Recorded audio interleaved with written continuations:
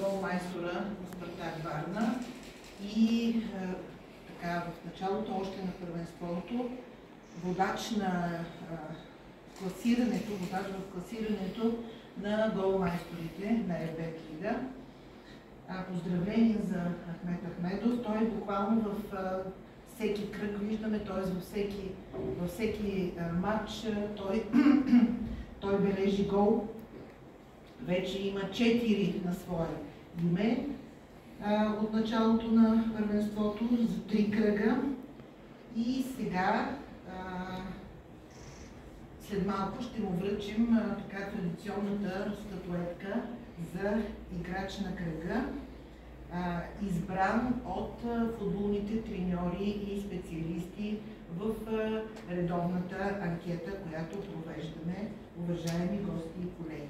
Искам специално да благодаря първо на ръководството на футболния клуб за това, че въпреки изключително натоварената програма, буквално направиха невъзможното, за да отделят един малък прозорец във времето и днес Ахмед Ахмедов да ни гостува, да обявим резултатите, да му връчим традиционната награда за играч на кръга и след това вие, разбира се, уважаеми колеги, да зададете и вашите въпроси.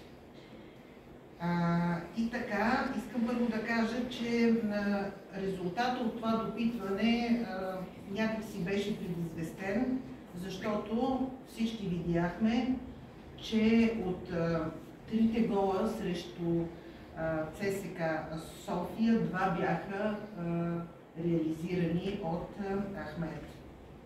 От Ахмед Ахмедов, централният нападател на Спартак Варна, когото няколко медии вече видях, определят като героя на Соколите. Така. Ето и резултатите от гласуването в традиционната анкета сред футболните треньори и специалисти за играч на трети кръг. От 18 гласували, половината, т.е. 9 гласа, са подадени за играч на кръга Ахмед Ахмедов след 2 гола за победата срещу ЦСКА София с 3-0 на Спартак Варна.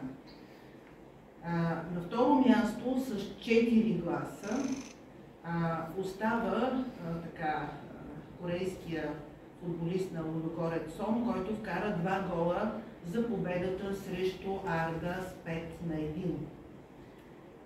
Третото място е за Мустафа Сангаре от Левски.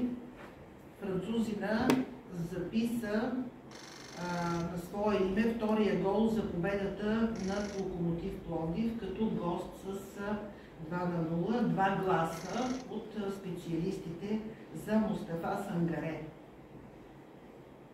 Също с 2 гласа на трето място е поставен и Джеймс Ето от Ботев Пловдив,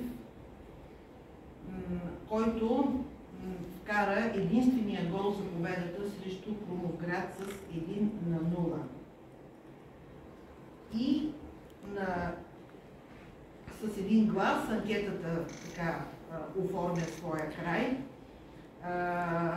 С 1 глас от футболен специалист.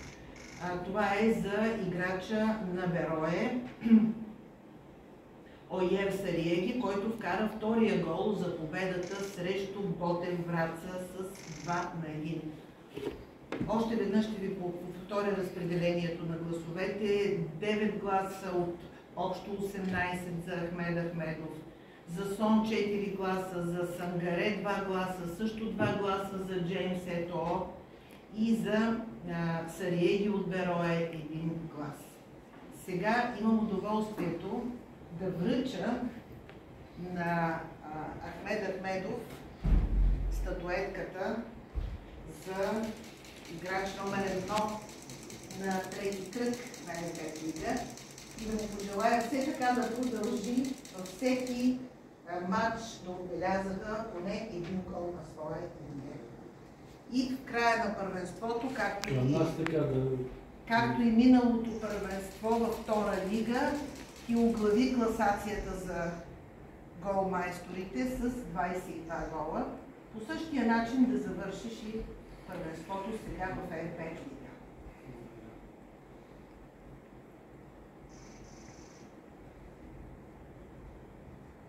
Заповядайте, седнете вече. Така. Сега искам да те попитам. Няма начин, разбира се, да не се ласкаеш, да не се радваш от постиженията си. Ти самия, как възприемаш така определението герой? Че те наричат герой на монитора, герой на Соколите. Не мога да наречем герой, всички момчета съставяхме много този мач да победим, давахме всичко от себе си и бях възнаграден с 2 гола с тяхна помощ. И съм щастлив. Смяташ ли, че беше много близо до хет-трика? Да, наистина бях близо до хет-трика, обаче не можах да вкарам трети гол.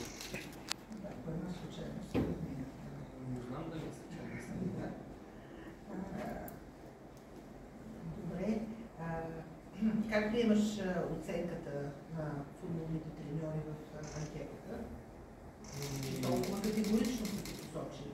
Първо искам да благодаря на всички, които са гласували и съм благодарен.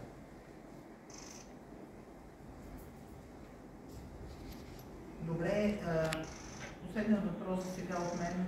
Предстои ви матч срещу Славия. Каква е твоята амбиция? Отново предполагам, че искаш да си изявиш.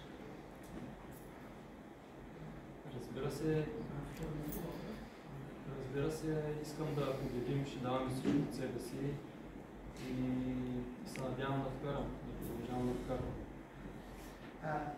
Ахмед, спомням си, че сравнително в началото на миналогодишното първенство, когато играете в втора лига, ти беше казал, че почти буквално цитирам така думите ти, и беше казал, че ще запазиш за себе си